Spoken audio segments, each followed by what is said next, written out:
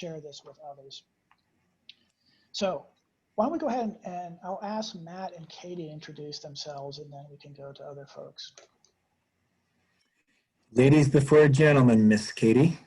Oh, so nice. I was going to say, oh, well, whatever Matt says, then I'll know what I'm supposed to say. No. I'm Katie Cox. I am the executive director of Connexu Land Trust, and we are up in located in Sandpoint, Idaho. At least our office is. We work in Bonner County, Boundary County to the north, and Sanders County in Montana. So we cross the border. We are in operation. We have four people right now in the office. And I'm the only full-time person. Everybody else, we have two people that work 32 hours a week, and one person that is half-time. We have a director of education, a director of conservation, office assistant, and myself. And we started in 2002. We started as part of the when Avista did the dam work over on the Clark Fork, then we grew out of that effort. And so Avista is a public utility that operates dams. Yeah, like Idaho Power down there. Yeah, so we grew out of that Clark Fork settlement. It's called the Clark Fork Settlement Agreement, and really did work mostly on tributaries of the Clark Fork and the Bull River until about 2012 when we moved into community conservation. So I'll stop there, and that gives you a sort of a general, is that enough, Will, of who I am? Give me a sense of the size of your community. Yeah, so Sandpoint in general, and which is actually where much of our work happens and our largest donor base is a town of 7,000, but there's about 40,000 people in our county. And then the county to the north obviously is a bit smaller than this one. I think there are around 20,000 people in Sanders County, Montana, even smaller than that. So those are the populations that we serve. So. Go for it, Matt. Hey, I'm Matt Lucia. I'm the executive director of Sagebrush Steppe Land Trust located in Pocatello. And we serve the 7 counties of southeast Idaho, mostly agricultural communities, Pocatello being our biggest hub of about 50,000 people. And then lots of smaller agricultural-based towns around our service area. Total service area wide about 100,000 people, the bulk of the population obviously in Pocatello. We have been in existence and have a very similar story as Connexu. Been in existence since 2004 and largely came about right about the same time that PacifiCorp, a public utility, was going through their relicensing process on the Bear River watershed.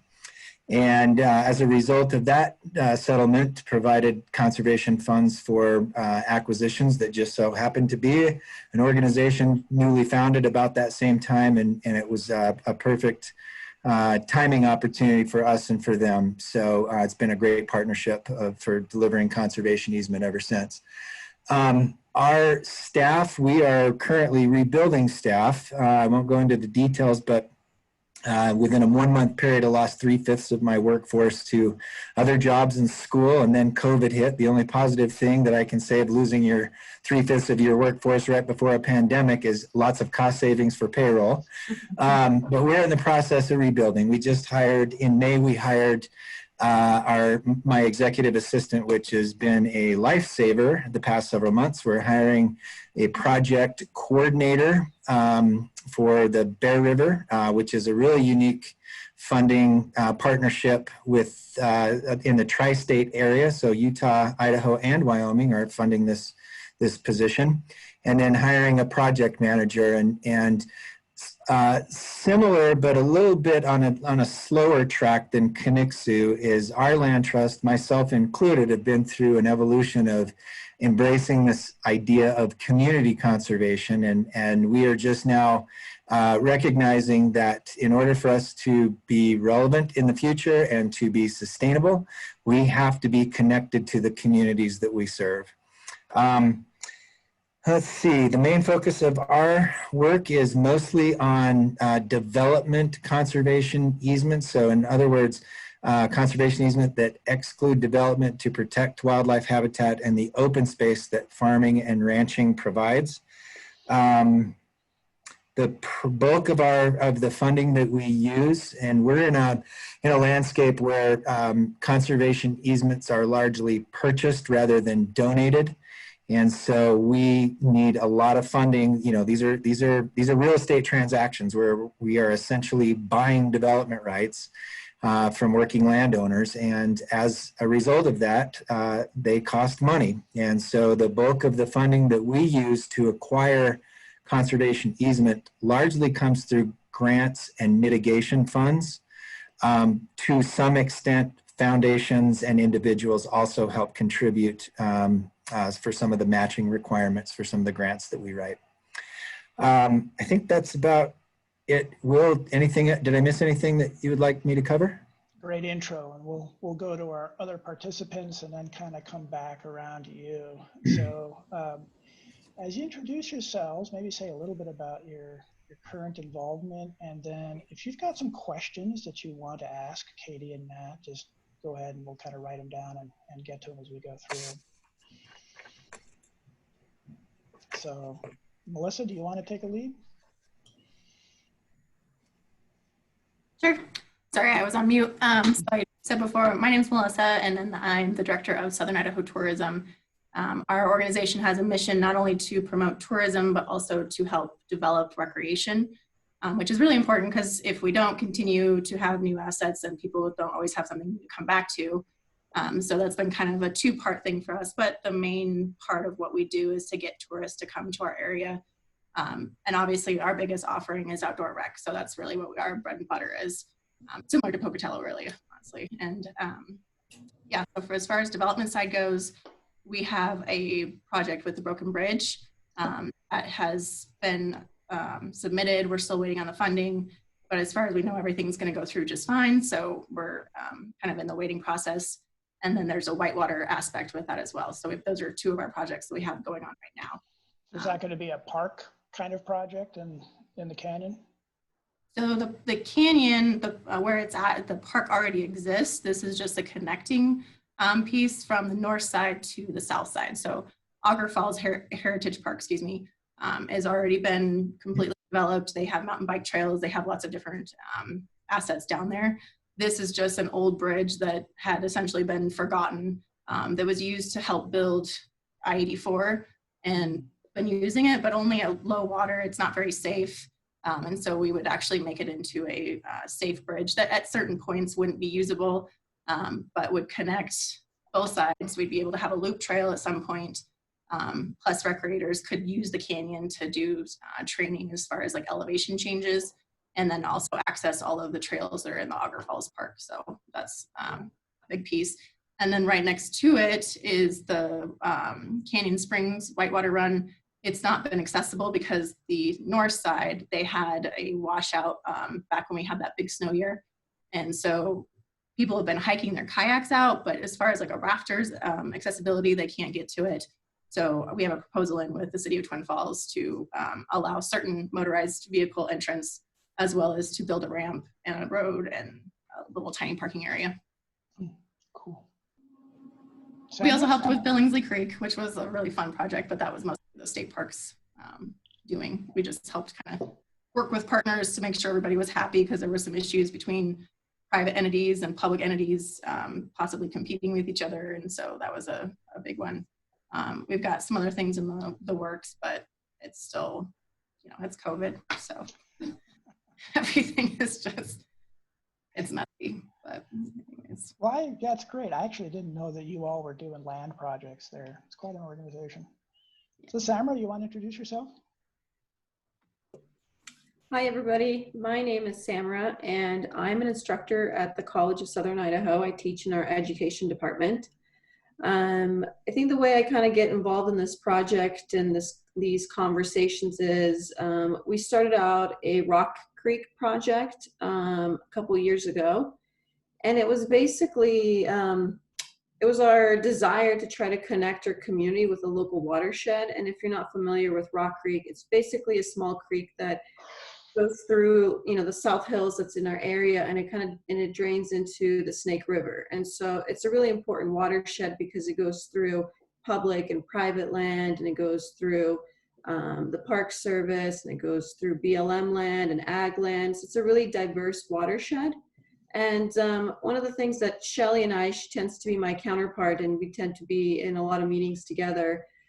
We kind of try to approach this whole conversation with this watershed through a curriculum side, because we both teach at the college.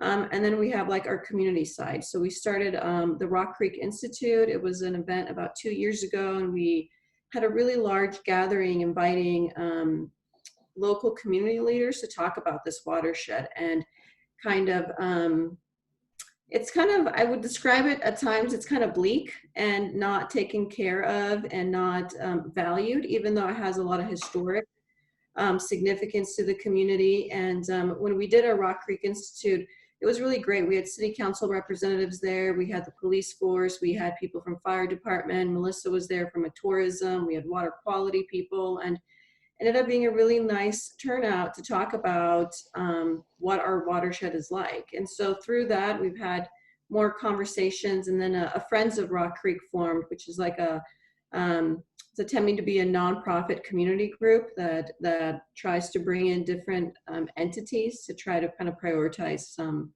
business around Rock Creek and some initiatives, I guess. So that's my long-winded answer of kind of how I'm in front of you in the Zoom call, and some of the things that we've been trying to get involved with. Excellent. Randy?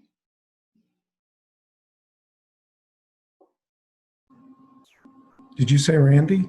I did. Okay. Well, I'm Randy McMillan. I recently retired from a company, a fish company in Buell called Clear Springs Foods. And during that time, I was really engaged with environmental issues for the company, natural resource issues. About a year or two before I retired from Clear Springs, a bunch of us, Jason Brown, for example, and some people with canal companies and other local businesses that had potential, or industries that had potential to affect water quality in the Middle Snake River, we formed the Southern Idaho Water Quality Coalition. That group, I think we have membership now, maybe 20 individuals or industry sectors. The dairy industry is a member, so that's the Idaho Dairymen's Association. We have the City of Twin Falls with Jason Brown, Northside and Twin Falls Canal Company, Cliff Bar. I don't see Wade. Yeah, Wade had to pull out today because something came up at work. Okay, so Wade Allred is the president of SWIC. Jason is the vice president, and I was president. And when I retired, I decided I better ease up a bit on my obligations. So anyway, in the course of that discussion, or those efforts, we engaged in particularly the City of Twin Falls, and Twin Falls Canal Company applied for a Water Smart grant to develop some lands that they controlled and put in wetlands that would capture sediments and nutrients and have a positive impact on water quality in the Mid-Snake. During the course of those discussions, Will approached us to see approached SWIC to see what kind of interest we might have in participating one way or another, perhaps in a trust or land trust type organization.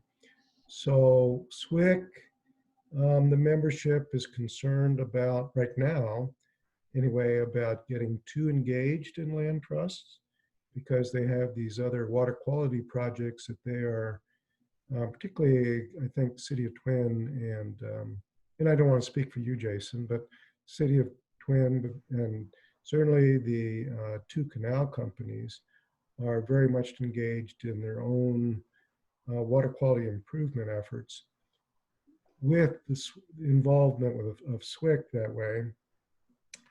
And then some of the other, the aquaculture industry is engaged with SWIC. They have their own issues that they're trying to address. So there is concern about getting diluted in their efforts by engaging in a land trust. And so from my perspective, I really appreciate Will setting up this kind of conversation so that some of us anyway, maybe not SWIC, but some of us might want to get further engaged with land trust sorts of things. And so my first question, Will, is where does funding come from? How much effort is required in order to get the funding? And both of the land trust people that have on this conversation, they're full-time employees of the land trust. And so for a retired guy, that's too intimidating for me. So we would have to look at probably our guess at trying to get funding to hire somebody to do land trust sorts of activities on a full-time basis. And then as that grows, then you, I presume, would get additional staff as your funding allows. So that's my first question. And so, Jason, you're the vice president of SWIC. You need to explain what's going on. I guess, Randy. I can't be the only one not on video, I guess. But so I'm Jason Brown. I've met most of you on the call. Just kind of where I work for the city of Twin Falls. I'm the environmental engineer. I've been here for almost 8 years now.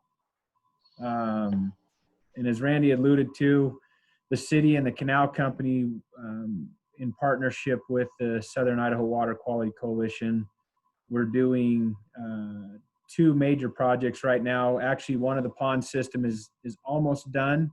It's out by Meander Point here in Twin Falls, which is on top of the canyon. The other portion of that project will actually happen down in Auger Falls in the recreational park. So that portion will probably be next spring that we complete that. But those projects are really geared around water quality and the importance that we believe water quality is for the long-term future of Twin Falls, not only from a discharge standpoint, but also just recreation and how people use the area. Water quality is becoming an important aspect to what we do. And so we, like Randy said, we got involved in the Southern Idaho Water Quality Coalition. We're the economic hub for Southern Idaho. We're the largest city in the area, and so a lot of people come in and out of the city on a daily basis. And so we also know that Idaho is being discovered, and so we need to understand how, as the city grows, how does that also impact land usage and other aspects as we move forward, because we anticipate that our growth is not going to slow down anytime soon. So it's kind of where I'm at, and if it has to do with environmental or something closely related, I typically am involved. I may not be the one that runs with the ball all the time, but at least understand what's going on. Great, thanks, Jason. Brent, Oh, welcome. so Will, Sorry that it was so hard to get you in. Yeah, go ahead, Randy. Yeah. So I think that Thank you. I think the SWIC members, they recognize that there is value in a land trust, and so there is some interest. It's just what kind of commitment would be required for them to participate one way or another in a land trust program, and then of course still the concern about diluting their efforts and their resources with the land trust type thing, diluting their efforts for water quality improvements in the Middle Snake River. Thanks. Brent, we just are completing introductions. So why don't you go ahead and introduce yourself and anything you've got going that you think is relevant. But I think you're on mute. Sorry about that. After all that, technology is wonderful when it works. Brent Ranke, Twin Falls County Commissioner. So actually, I think that was a really good way of maybe going back to Matt and Katie. And so let me sort of see if I can synopsize what I've, having met with you all before, what I think is so interesting about the Magic Valley is sort of these different ways of thinking about conservation relevance, right? Melissa's doing land projects, super interested in trails, parks, that kind of thing. Samra's involved in an organization that is about a watershed that flows into the Snake River. Randy and Jason are super active in more of a natural resources, ag, water quality component. Brent's got a county that's growing really fast. And, I looked through your focus group stuff and some of the surveys that were associated with the planning effort. There's a lot of concern about growth. And there's also a lot of concern about regulation. There's a lot of sort of like, hey, how do we protect our open space and our agricultural way of life, but without a lot of regulation? So we have kind of all of the pieces, parts that have emerged in this conversation so far. And I think one of the challenges now is to figure out how a land trusts can knit together. Maybe we wind up going in one direction and not another, but your organizations have components of each of those kinds of issues in your communities. And so maybe I'm going to ask both of you. I think there was a good question about your funding. I think Randy brings it up and others bring it up. It's like, how do you get it? How hard is it to do? And what got you over the threshold to actually start up the group relative to community support? Okay, so I guess I'll start by answering the, how we do it in terms of funding. And it's, no, it's not simple. It's a lot of fundraising. A big bulk of our funding comes from private gifts.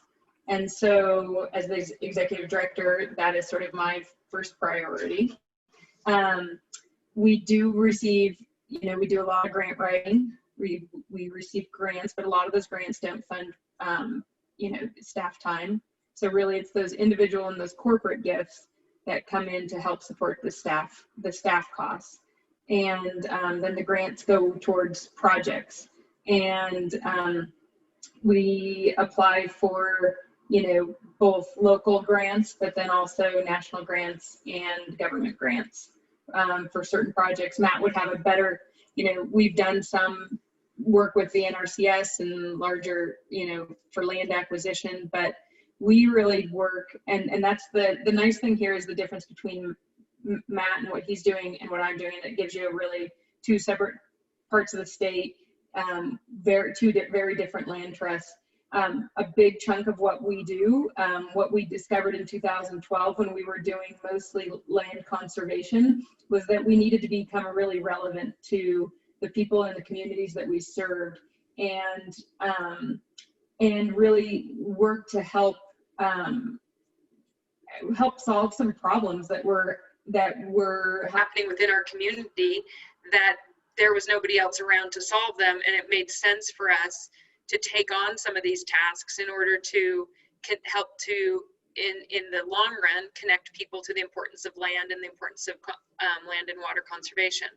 So our program, community conservation, is really robust, and we do things like right now we're helping to put tents up at the schools so that the kids can have outdoor classrooms outside.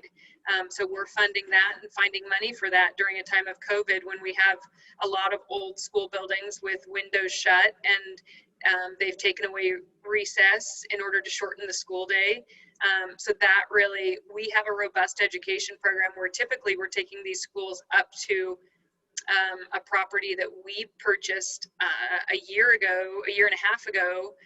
We sort of stopped and said, how do we become really relevant? Well, we go out and we buy 180 acres of land that's 2 miles from the heart of our downtown, and we bring our community to that land to walk the trails, to Nordic ski in the winter, to fat bike in the winter, to hike and mountain bike in the summer. And then that's how we get rid of some barriers of that were in our town, of kids not getting outside and not being connected to nature. And then we run a summer camp and we bring 150 kids there in the summer, and we do week-long programming and get our most vulnerable kids that don't have time outside, we get them outside. So that that education component was a huge need in our community, that we were the only ones that it made sense to fill at the time. And so that's one of the things Matt and I were just talking about, is really you have to look to your community and say what problems need to be solved, and how can a land trust do it? I was sitting down with a friend talking about all of our programs the other day, and she's like, do most land trusts do this stuff? And it's true historically that they haven't, but it's really the push of where a lot of land trusts are trying to go, because we're trying to increase the relevancy of our work. And then in the end, it allows people to understand, like, who is Connexie Land Trust and what do they do beyond education and building miles and miles of trails, and they also do land conservation. So it helps bring people in and help and connect them. It helps, I think all of our work, it helps connect our community together. That was great, Katie. Mm-hmm. Matt, why don't you pick that up and give us the Southeast Idaho version? Yeah, thank you, Katie, for providing the North Idaho perspective. And now I'll provide one from just a little east of where you are in Pocatello. To answer your question, Randy, where does funding come from? Well, you have to be creative. It comes from a variety of sources. Like Katie mentioned, grants, corporate donations, foundations, and individuals make up most of our fundraising effort. I will also throw out there that we also do fee for service. So we facilitate a variety of different collaboratives, and that provides a little bit of income revenue for our organization as well. It's not easy, Randy. I'll be honest with you, as an executive director, it's a full-time job, and Katie and Will both attest that fundraising is, the foundation of nonprofit work. It's how we have to, make ends meet to meet our mission and our vision. I will say it's challenging and difficult, but it's also very fun. At times it can be extremely rewarding. To kind of build on that fun and rewarding part of it, to build on what Katie was saying, her organization is, in my mind, is one of the leaders in the state of Idaho in terms of engaging with communities and really using, taking their organization, looking for a role that they can play within their community and filling that role and demonstrating their relevance to the communities that they serve. We're a little further behind them. We're just now embracing that concept and that idea. As we've gone through this year was a rebuilding, refreshing, and renewing our strategic plan. We recognize that if we as an organization want to be effective, we want to be relevant, and we want to exist in the future, we have to demonstrate our worth and the work that we bring that brings relevance to the communities that we serve. Just so happens that as we were going through this with our board of directors, the city of Pocatello said, hey, we have this wonderful idea. We would like to include you in on it because of the experience that you have with fundraising and with big collaboratives. We are revisioning what the Portneuf River that runs through the city of Pocatello looks like. We as a community recognize that growth, Idaho has been discovered. Southeast Idaho is a hot spot for growth. Pocatello is growing leaps and bounds. The city of Pocatello says if we grow, we want to grow wisely, we want to grow sustainably, and we want to grow responsibly. And one way that we can do that is to look and assess what we have in the Pocatello Valley. You know, what are the important places that may not need to be developed but provide recreational opportunity, important winter range and habitat for wildlife that people like to view and see around the area. And then this concept of recreating the Portneuf River that is basically a concrete channel through Pocatello. And it didn't take too much for us to look at some of the communities around the area and in the Intermountain West that have embraced that idea and what that's meant to their recreation, their tourism, and their communities. And when it's embraced, it can really enhance and really help set the framework for responsible growth and development. And Melissa, I applaud you for the work that you're doing, you know, with the access to the river and the, you know, the connecting that and the recreational opportunities that provides. I mean, that really is what a lot of people are coming to Pocatello for, is the recreational experience. And as has been demonstrated to us in the last 6 months with COVID, is if you've got a good internet connection, you can sell your place in California, get out of the fire zone and move to southern Idaho and buy a nice little piece of property and live pretty comfortably from, you know, working on the internet. So we recognize that growth is happening. We just want to be, you know, engaged with our communities so that we can be responsive enough and responsible enough with creating the future of what this place will look like, you know, in 100 years. And if we know that there are places that are worth protecting, then let's build a campaign around that, and let's you know, get collaborative, you know, working groups within the city and the community to get behind this. And one thing I'm really excited about is this the Portneuf River Vision Project, and that's just getting underway now. We're working on the MOU with the city.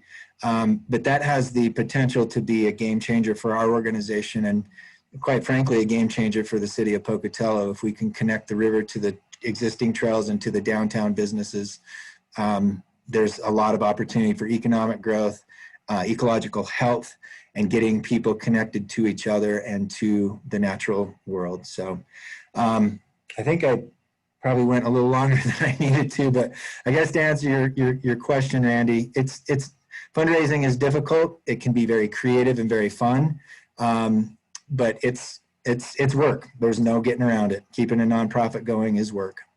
So Matt, I want to draw you to maybe two things that your organization has done. Can you tell us just briefly about that Pocatello Foothills piece and some of what you found out about mule deer migration?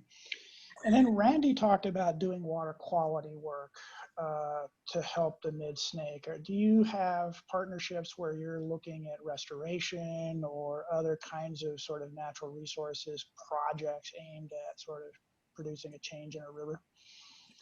Yeah, so the property in the foothills around Pocatello that Will referenced is, we call it our Century Heights property. It was slated for 950 units. It was zoned for mixed commercial and residential. Through a series of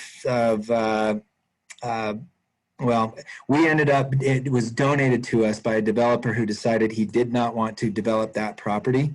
So outright donated that 160 acres.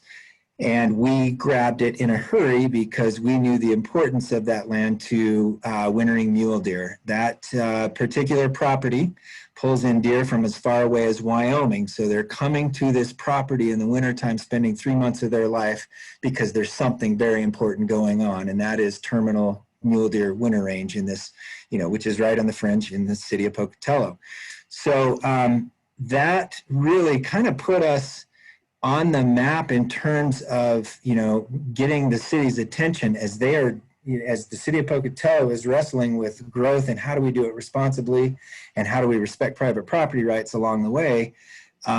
They saw that we had acquired this property. We made it available to the public for access. We're using it as an educational opportunity to talk to people about the importance of winter range and how Pocatello fits in the migration of mule deer in particular. And I think that that's what opened the door for the invitation to partner with them on the River Vision.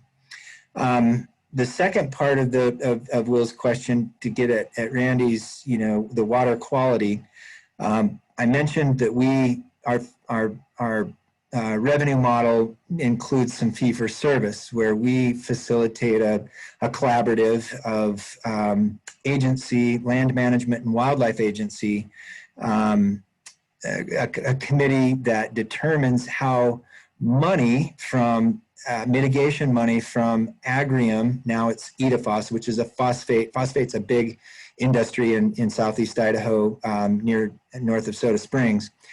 They contributed just about 1.2 million as part of a process to permit a mine. And that mitigation fund, then the land trust, my land trust, facilitates that committee to use those funds to restore and improve and enhance habitat and water quality on properties and projects that the committee approves. So, and then for the properties, the few properties that we own, we actually only own in fee title or fee simple 5 properties. Most of our work is done through conservation easements. We have 29 conservation easements that we hold that are still in private property ownership. Those landowners still pay property tax on it. They own it. They essentially have given up part of their bundle of sticks, and that is typically purchased when we acquire an easement. It's typically through a purchase or a bargain sell for that bundle of sticks. So, from our perspective, and I'm rambling here, Randy, but I'll try to get at it from a water quality for the lands. So our organization has a twofold mission. First is to protect, then is to enhance. So for the properties that we own, we're working actively pursuing money for restoration type grants that improve water quality and wildlife habitat.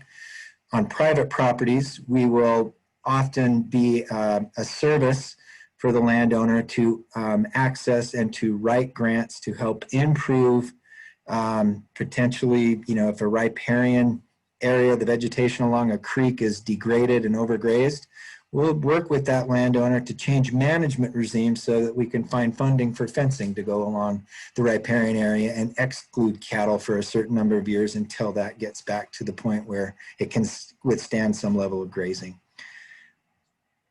So it's a discipline you've applied for and gotten some RCPP money, right?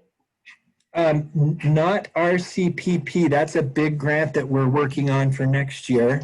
Okay. But through the NRCS, through a variety of different programs that they have for private landowners, we have been able to access funds through that agency to go towards private land conservation and enhancement work. Katie, I wanted to highlight, you just got a national award last week. Yeah, yes. Mm-hmm. So I think there's a lot of interest in trails and recreation in the Magic Valley. And just be curious, tell us a little bit about that and kind of some of the partnerships that came together around that trail. Yeah, project. so that 180 acre property I talked about it's called Pine Street Woods, and we purchased that with this idea that there were, as I said, there are lots of barriers to people getting outside. And so a big part of sort of the threefold mission that we have, conservation, recreation, and education, the recreation part is really about connectivity. And I say, can we get everybody from within a half mile of their home onto a dirt trail? And then from that dirt trail on the front country, maybe to the back country, maybe to yurts up in Canada, down south, connecting to different towns.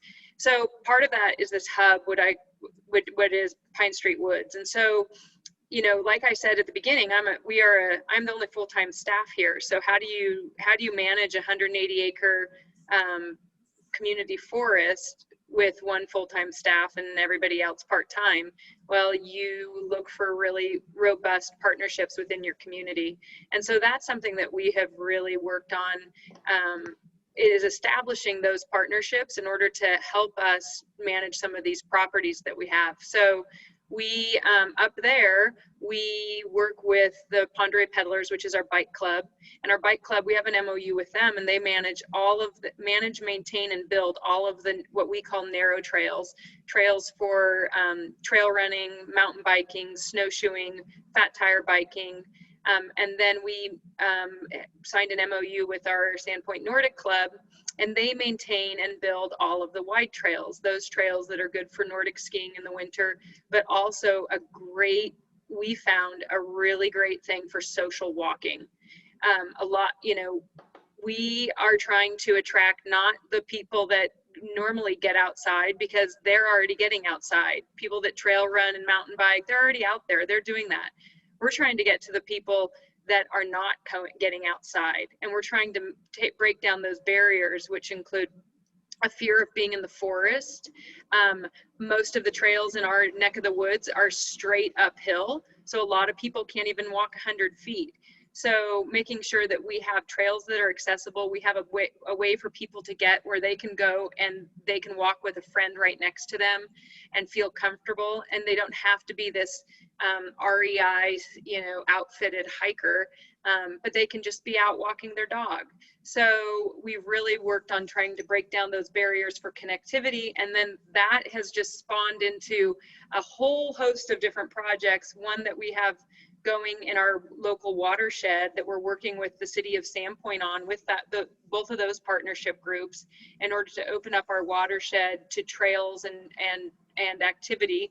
And then working over in Thompson Falls, Montana, on a 130-acre property right in their downtown, to try to increase trail activity there, up to Troy, Montana, which is not really even in our service area, but we're the closest ones there, and they want to do economic recreation. And then over to Bonners Ferry, where we have another gentleman who wants to give us his acreage in order to do something similar.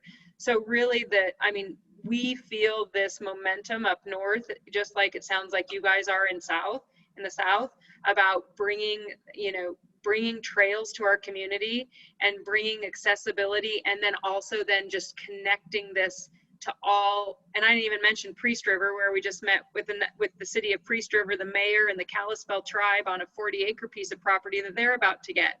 So our goal is to pull all of these partnerships together in order to enhance the quality of life for everybody.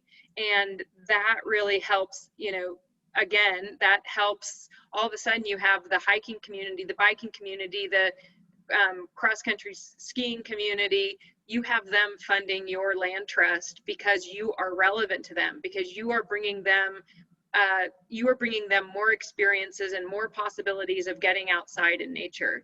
So that's what we have found is just really the importance of partnerships and as I hear you guys talking about the water, we have a strong partnership with our water keepers group, which is really our water quality group here, as well as all of our watershed groups. We work hand in hand with them. We are right now working on a project with the Idaho Forest Group. They are donating a 2,000-acre conservation easement to us with 16 miles of totally devastated creek, Pritchard Creek, that has pretty much gone underground, and they're going to work on restoring that entire creek corridor. And so the work of land trust can go hand in hand with water quality, very much so. I think we're about land and water conservation. So Great. I'll just open it up to you all. Just fire away. Thoughts, reactions? So Will and all, how did you get started? So it sounds like, at least in the Sandpoint area, or no, maybe the Pocatello area, you got some major funding because of a need for a large company to mitigate or to pay for some environmental damage that they did. Is that how you got started? And Yeah, that's how we both got started, was through dam mitigation funds. So, those right, dams, Matt? Relicensing. Relicensing. Yeah, relicensing that's how we started. And our organization, Randy, actually started out as an all volunteer, a board, a loosely defined group of interested individuals got together and said, we're seeing changes. What can we do about it? And went through the process of formally getting the 501c3 status and operated as a volunteer organization for a couple of years until the relicensing of the Bear River dams came up, which again, timing was everything. It lined up well where the funding was going to be made available for 33 years, for acquisition and restoration. And timing was perfect. We were in place. We had our 501c3 and the opportunity came and that's really what was a game changer for our organization was the timing. And what's kind of unique about the Magic Valley is that you're in a position to leapfrog a couple of the really challenging early parts of this, right? So there's an organization with a 501c3 status, it's in good standing, and it has at least some startup funds sitting in the bank. Not a lot, but enough to sort of fire up and get people together. But commenting, I think both Matt and Katie had done a great job of explaining how they have shaped a program that is compelling in their communities and leads to support. Katie, how much did you raise for Pine Street Woods? We raised $2.1 million. So if you have something that is compelling to the community, there are foundations, there are sources of support that allows a town of 7,000 people to bring in $2.1 million to save a place that is of value. And so I think the question for us is, well, we've got an organization there. Before you raise money, you need to know what is of value, what gets traction, what gets people excited. And that's kind of why I thought it would be great to bring Katie and Matt together and give you a sense of how they've helped solve that problem for their places. But go ahead, Matt. I'm sorry. But one thing I would like to also mention is with the recent passage of the Great American Outdoors Act and the funding that Land and Water Conservation Fund provides, there's going to be tremendous opportunity, more opportunity than there ever has been in the history of this fund for conservation and outdoor, connecting people to the outdoors. So, we're really excited about that opportunity. And I know that there's a lot of communities, much like Twin Falls and Pocatello and Sandpoint and everywhere in between, that are going to be looking very closely at how to use this fund and leverage it and get lots of community benefit out of it. So Matt, what was the name of that act again? The Great American Outdoors Act. GOA. So it funds stateside grants that Brent and Jason's government entities can apply for. Mm-hmm. And then it funds federal side. So like the Minidoka internment camp, there's been work that way at the City of Rocks for acquiring property with public value. Mm-hmm. So other thoughts and questions?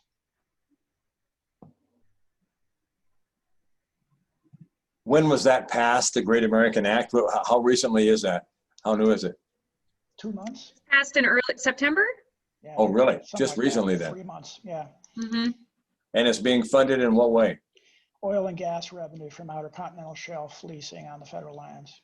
Okay. And so, its authorization wasn't increased. What happened, though, is its funding stream was stabilized. So we have a much better sense of how much money is coming through.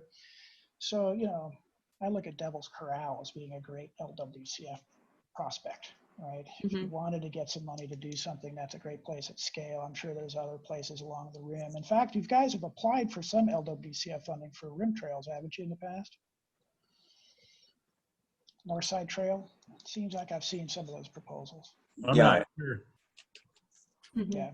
So there has been. We've been working with BLM on both north and south trails, and as well as areas above Balanced Rock, and so there's a lot that we're working on as far as our parks department, which is kind of unusual for counties to have a park department like we have here. But so I think we've got some areas where we really could springboard from that would be very positive. Yeah. And Will, I forgot, you asked me about the award. I forgot to even mention the award. The award was, it was for the recreational trails program. The Coalition for Recreational Trails, which makes up 500 trail organizations, annually give national awards to I think it's 12 different trails or organizations or entities. And so we were awarded one of those awards for multi-use management and corridor sharing. So exactly that partnership I was talking to you about those 3 entities. It was an award for bringing those groups together and bringing those people shoulder to shoulder together to build trails and recreate on the trails together. So yeah, the RTP, that's another, those are all, I think there's 900 million that went into that every year now, right? Into the Great American Outdoors Act for land water conservation and all those programs. So pretty exciting. And it'd be nice to have an organization that was really focused on looking at that fund and how that fund can help your area and going after it. Rich, welcome. Thank you. Sorry I'm late. I just thought I'd jump on when I could. So. We're recording, so you can review. I think a pretty good conversation. So other questions? I'll have 1 or 2 after I hear from more of you. I guess just because I'm not as familiar with land trusts, how would you, is it going to be a project that we get going with as the kind of the initial starter, or is it a concept that we bring to people and get them excited about? I mean, what would be your recommendation there? Oh, good question.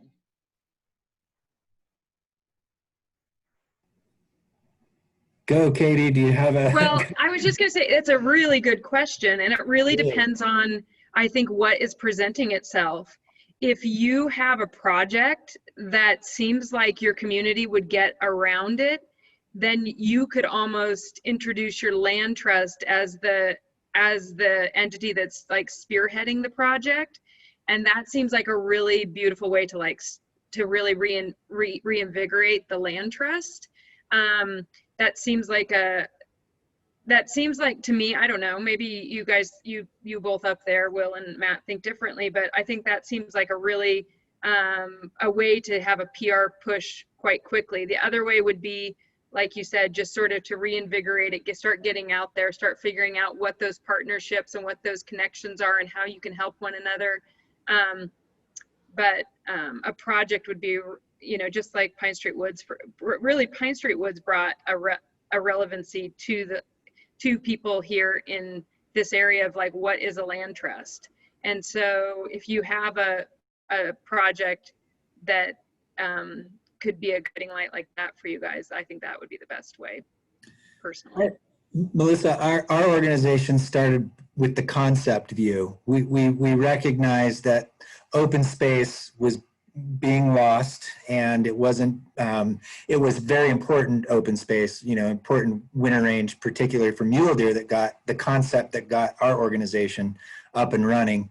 And then, having a landowner champion that, had done the research, done the due diligence, and used a conservation easement as a tool to accomplish some of their financial and conservation goals, and then having that landowner basically tell his and his wife's story on why they did that. And that really just unlocked a lot of interest in the community, more interest than we have funding for, to be quite honest. But, kind of going back to what Katie said originally too, I think it's finding what in your community, what's missing in your community. And I do believe that the Rock Creek watershed has several conservation easements that the former silt holds, right? I mean, aren't there conservation easements in that watershed currently? There's not a ton, but there may be some. So I guess, yeah, just kind of going back to Katie's advice is really seeing what the unique needs and the role that a land trust could play in your community. Mm-hmm.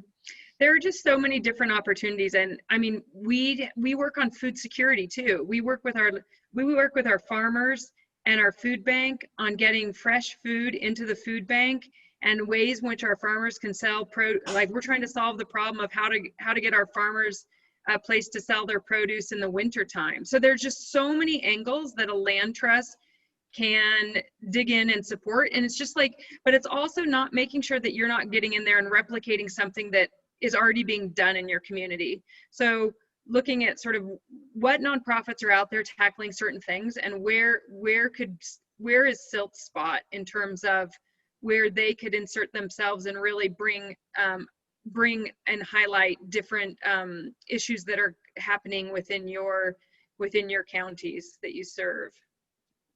Matt, you are correct. There are several areas on the Rock Creek watershed where there's some conservation work already been done. And so that's some of the research that I need to do to follow up on that. It's been a topic of restoration work for decades, water quality, and a lot of interesting community-based stuff. And so I think Melissa's question is insightful because it is inherently boring to come in and say, what's a land trust? It's 501c3, and we have conservation. It's sort of, the process isn't what's exciting. What's exciting is like, what are we going to do? This is about this. It's about Rock Creek, or it's about this place. It's about what the community can do. It's about cleaning up the Snake River. That's what motivates people. And how you define that, how you define a strategy, how you link it to place, all of that sort of, each organization comes up with a different mix, but no successful organization is primarily about, we want to be an organization, support us. It's always about something more meaningful. Melissa, just something for you to think about. The Coiner family is the family that really started this discussion about the Canyon Rim corridor down here in the Magic Valley. And we've got the BLM, they're on board all the way to the falls. So we're about 4 miles there that we could do some work. So this Great American piece could really be a tremendous springboard, and this could be that kind of a project to really look to the future in some pretty creative ways. That and there's so many other areas that I think would be kind of exciting to really look at as well. This could be the beginning of something pretty significant. Yeah, absolutely. Have they moved forward? Has that the reconveyance gone past with a little hiccup it had, or are we still kind of waiting? The conveyance will not happen. We had the Duck Valley tribe and the show bands have both stood in the way of the conveyance. It's so final. That will not happen. So what we're looking at doing is proceeding with BLM, with the agreements in Idaho Power as well, so we can gain passage all the way to the Hanson Bridge. So, and then we've got landowners out there that are very supportive, but the Coiners, this is where it all started with that family, which is what we're talking about here, I think, from a bigger picture perspective. And that's a legacy kind of a project for a family like that. Mm-hmm.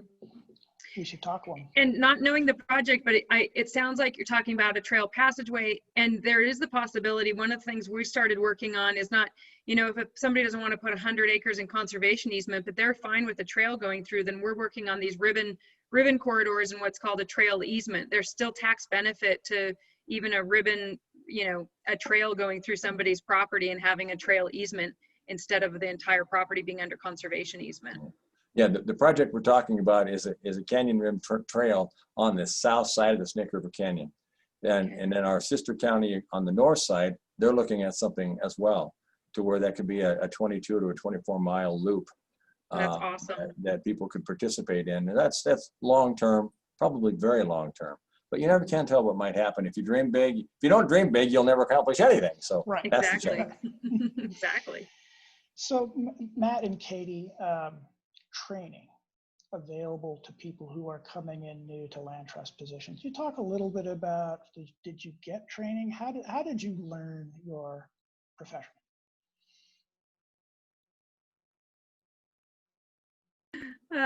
Well, funny enough, I'm an architect, but this is all about building community, and that's what I was trying to do with the built environment, and now I'm just trying to do it with the unbuilt environment. But so I came in with obviously not a lot of conservation background, and I would have to say that our what's the right word? Our organization, the Land Trust Alliance, they take care of their land trusts, and they sort of took me under their wing and connected me with the, other executive directors in the region. They had, I've been to trainings. I am in an executive director leadership contingent now, that I have people all over the West that I can call on and talk to, and we meet monthly. So there's a lot of support. There's a lot of support for somebody coming into a position and maybe being the only person that's working at your land trust. And there's definitely then support within the ICOLT community. We become they're in my screen here and here. I'm very good friends with both of them. And I know that if I have any questions, I can send an email, a text, or give a phone call really quickly. So it's a really a great organization to be a part of, and a great supportive organization if you're just getting going. And I'm a wildlife biologist by training, and started my career with Idaho Department of Fish and Game, and then moved into the nonprofit world for conservation easement work for a land trust specifically, because I found that to be, working with private landowners to be incredibly rewarding. And in my opinion, as a wildlife biologist, some of the best energy and effort we can put into the landscape for wildlife, securing wildlife populations. So, but like Katie said, it's an amazing, I didn't even know what a conservation easement was, until 2005, when I really started to explore it. And at that point, I was like, this is really where I want to take my career. Fortunately, I had the opportunity to do that. And, there's not knowing anything about a conservation easement, or, the legal implications, or the due diligence that's required. And it was all new to me. And like Katie said, it's quite a tight-knit community of mentors, from the national level to the state level with Will and the Idaho Coalition of Land Trusts, and then just peer-to-peer contact and support. Like Katie said, I feel like I can call her or Will or any of the other land trusts in the state at any time, and even the West, quite frankly, anywhere across the nation that I have a connection, and really find, answers that I'm looking for quickly. So tremendous support in the land trust community. Great. Well, we've run well past our hour. I don't want to cut off conversation, but I also don't want to exhaust you. So any more thoughts from you all? Well, if I may submit, if you would all like to reconvene at another time, I would be more than happy to participate in further questions, once you've had a chance to kind of think through things, and, I'd be more than welcome to spend any time needed to answer questions and have discussion. That mentorship thing is real. Thank you. All right. Well, it's been a great conversation. If I can figure out how to share the recording, I'll send it out to those who couldn't make it. And to you all, feel free to keep the conversation going. Shelley sent me some great questions. One of them is next steps. And the next step is to continue this conversation, see if we can expand it out via a distribution list with some questions for folks. And then at some point, probably in the more of the coldness of winter, see if we can take these ideas and formulate them into a little bit of a proposition, a sort of a proposal of sorts, and market that around and see if there's the energy to get something stood up and running. And the direction for this is entirely a Magic Valley thing. This is really something that you all need to fit into your community. And among my few recommendations will be that you change the name of this outfit, if it gets going, to something that suits you all. All right. Well, Thank you. and if anything else, I think we're done. Really appreciate it, and I'll stay in touch. Thank you. Thank you. Thanks, everyone. Okay. Thank you. All right.